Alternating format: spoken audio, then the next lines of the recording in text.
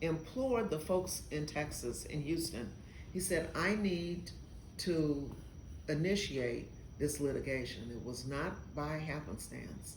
They looked for a person for 9 months to serve as a plaintiff to sue the state of Texas in some way and ultimately desegregate its public schools.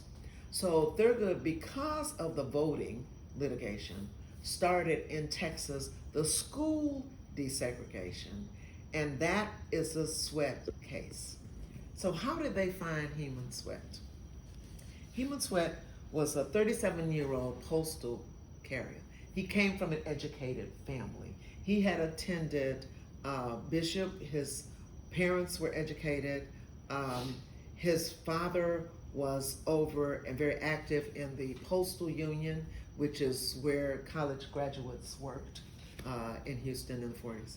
So he was a postal carrier, and he happened to attend a meeting of the NAACP. As I told you, hundreds and hundreds of folks were involved in the NAACP. Houston had a very big chapter. Their secretary was a woman, and the secretary meant that she convened the meetings and coordinated the meetings. Her name was Lulu White. And Lulu White decided that she would encourage Thurgood to look for a plaintiff here in Houston. There were issues around who was going to try to select the plaintiff.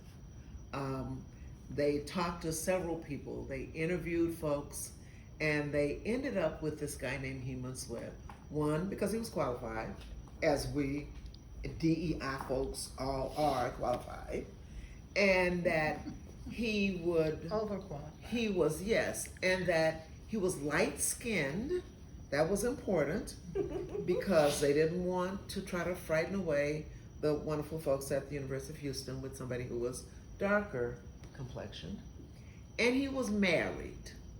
So all the little white women at the University of Texas would not be frightened that there was a black man on the campus. And he made a speech to his classmates when he ultimately got there. I am a married man. I don't want yours. He didn't say it like that. That's my fifth ward. I'm sorry, I was born on lines after. No, that's the fifth ward coming. He made it very, very clear that he was not one that would be coming there looking for your women, which is the big issue today of this issue of black and white, the combination of the races and who loses out when they are combined. That is strictly a very, very important key to what's happening today. So, what did Heman Sweatt do? He applied to the University of Texas, and the official there, his last name, and I don't know whether he was president or what his position was. His last name was Painter. Mm-hmm. So of course, Mr. Painter told him he could not come because he was colored, or Negro. They were probably using color back in those days, amongst other things. And that denied him the opportunity to desegregate the University of Texas. So the lawsuit was filed, and it had to go through the process which Thurgood Marshall had envisioned. And keep in mind now, he came to Texas because of what? The voting issue that happened in 44. So in 46, here he is litigating this opportunity for Heman Sweatt to attend the law school. There was a lot of discussion. Folks in Houston raised money, and they called it the Sweatt Victory Fund, because once he won the case, where was the money going to come from for him to go to law school? So my father-in-law, John Davis, Dr. John Davis, headed up what was called the Sweatt Victory Fund. And people contributed so that he would have money to sustain his family and to attend the school and to pay his tuition and do those things that were necessary. So the Sweat Victory Fund, and they would have to, they wouldn't just raise money once. They had to continuously raise money during the time. But that was still a big issue because he was a postal carrier. And he had a wife who was accustomed to a postal carrier style of living. And they had a house that, of their own. So they had to put individuals who were armed around his house once it was determined that he was the person who was filing this lawsuit. And ultimately, through a long series and processes, the litigation went to the Supreme Court and the court ruled in his favor. So Sweat v. Painter was the second case of which Thurgood Marshall was very, very proud. The impact of Sweat v. Painter cannot be counted. What he did in forcing, and James Douglas and I like to argue about this, and we'll argue about it again tonight. What he did was, he said, I will not go to this new school that the University of Texas has set up for coloreds in Austin.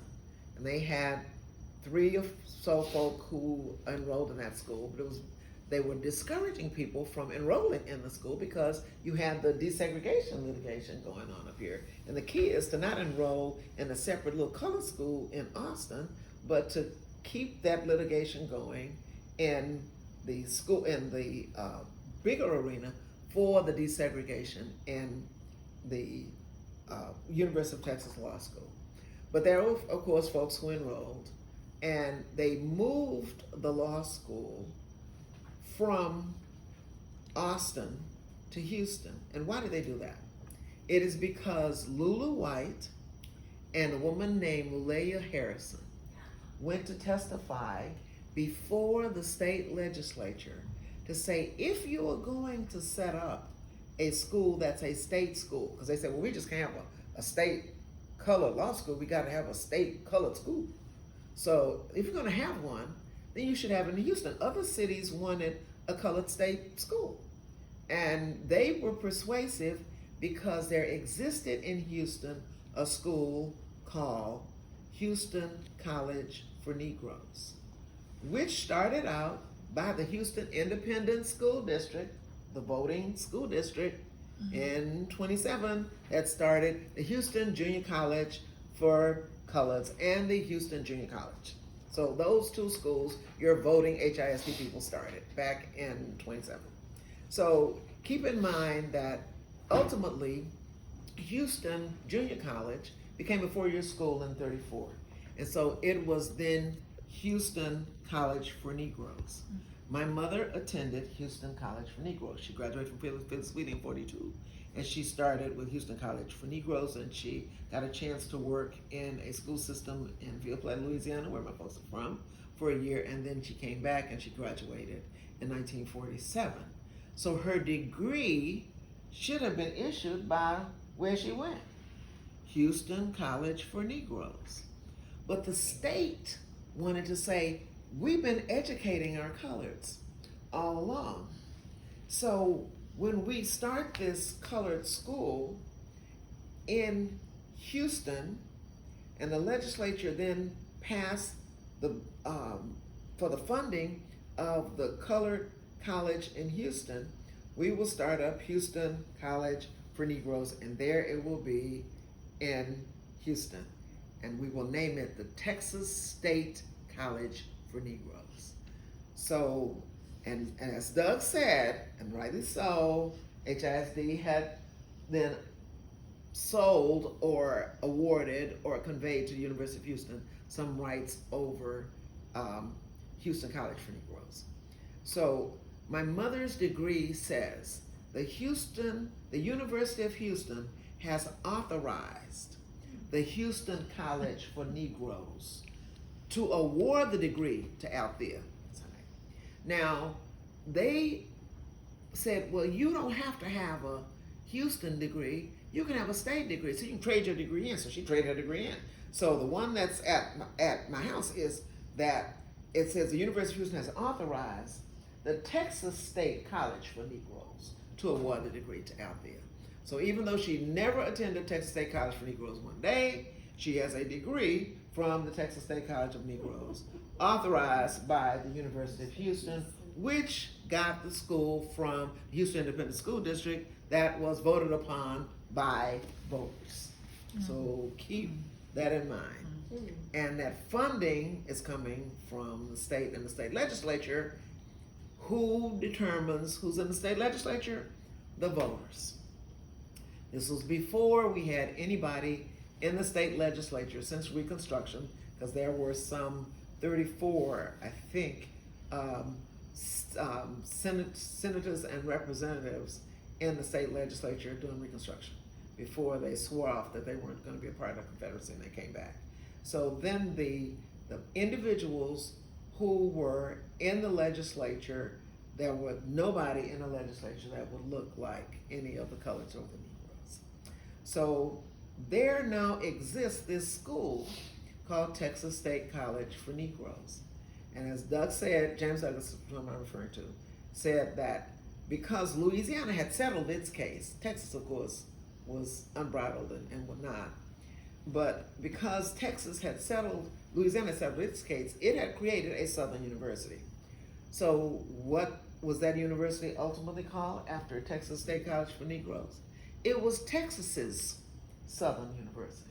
So that's why it's called Texas Southern University, because Texas got a Southern, like Louisiana got a Southern. So it's now called Texas Southern University.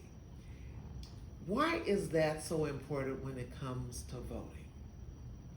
Because the people who control the university, its board of regents, are named by the person who is elected governor. That's your vote again. My students, I taught at Texas Southern University for 9 years.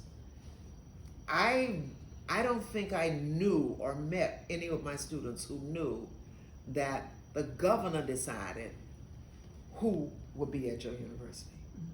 The governor decides who would be your board of regents. This is a voting issue. The board is controlled by the vote. So as the vote changes, the regents change, and they change according to who the governor wishes to have in place. Right now, of course, there is a strict adherence to party lines for those people who are in those positions for the Board of Regents. But it points out that entire significance of voting and how voting gets directly to the classroom, whether you have chairs, whether you have desks, whether you have endowments, whether you have things. There's a state endowment that came about because someone said, all right, you need to kind of pay up because you have not done for the colored school what you have done for University of Texas. And so there was a big effort, and there is a fund that was set up that will match if you contribute. So please contribute to Texas Southern University. If you contribute to the university's foundation and to its endowment, then it will match dollar for dollar. And so that's another part of funding. And funding determines who you get for your instructors. And it all goes back to the vote. All goes back to Heman Sweat, the postal carrier, who said, I am going to stick with this desegregation and force desegregation completely down the line. So even though the university, Texas's Southern University, was set up to avoid desegregation, it's still a result of his action. So when he filed the lawsuit, there were a group of folk in Houston who regularly controlled what Houston would do and how Houston would react to desegregation. And they were some powerhouses. They were gentlemen who made a lot of money. and that included folks whose names we would probably recognize, but they met in a room called Lamar Hotel, Suite 8F. And the Federal Reserve building on Allen Parkway now has a conference room that is labeled Lamar Suite 8F. That is because they recognize the power that came from these unelected individuals and what they did. So they called Heman Sweat in and they said, you know, Mr. Sweat and his brother Wendell went with him. And this is Wendell's description of that meeting that he did in 1997. The National Bar had Wendell Sweat come over to the Omni Hotel and talk about his brother, Heman Sweat. When he got to they said, so will you come over to Lamar? And he went, he and his brother, they went over to the Lamar Hotel in the suite. They put $37,000. This is maybe in the 50-ish, going hit it right around 50 on the table. That's about maybe 700 grand now. If they had put 700 grand on the table in front of Algenita, you would not have a Texas Southern University. That would not need no lawsuit. I would have gotten the 700 grand and gone about my business and said, bless you and forgive me, Father, because I have sinned. But he refused. Wow. Heman Sweat refused that money. And there is nowhere that's documenting that. There's no pictures of there's no pictures of the men, there's no pictures of anything except for his brother describing this to us in this very public 300 attendee session. Just integrity. And so it was his integrity, and the word he said was, I cannot go back to my friends on Darwin. We don't have that. I can't go back to my friends on Darwin and do that.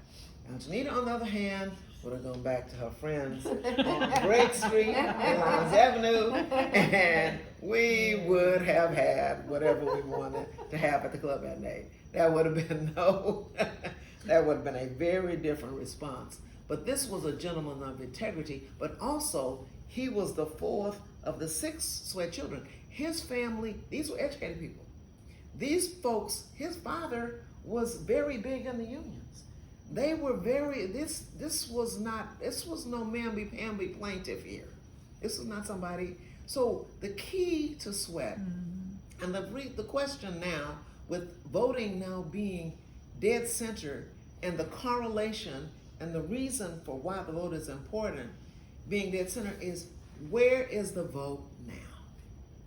Where is the vote now? Where is the decision being made with the school district now? Yes. Is that decision being made by the voted representatives? No. It's being made by the voted governor who comes in. Why is that happening? Why are we not explaining to our young people what this guy went through? He lost his wife. His health deteriorated to absolutely nothing.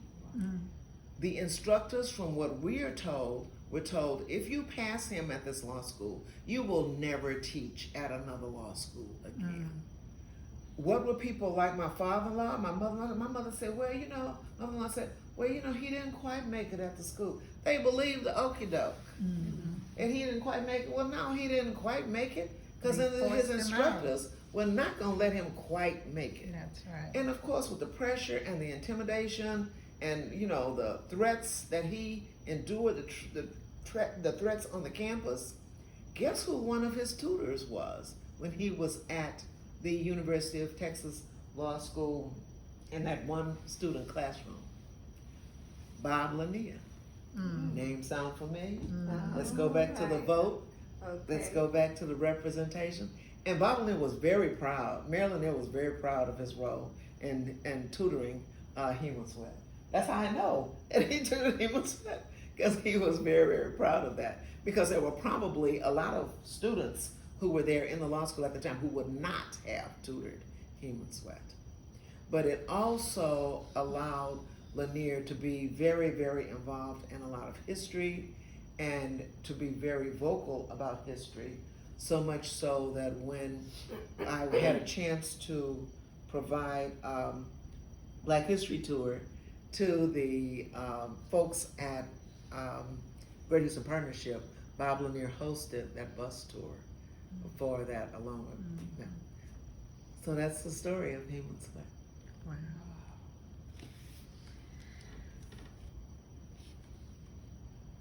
Fantastic. Thank We're you. going to just have her apart. She's family. all by herself. I mean, this is tremendous. She's The family. history, She's been adopted a again. walking library. And you pictures of people like Wagner and And my niece Patricia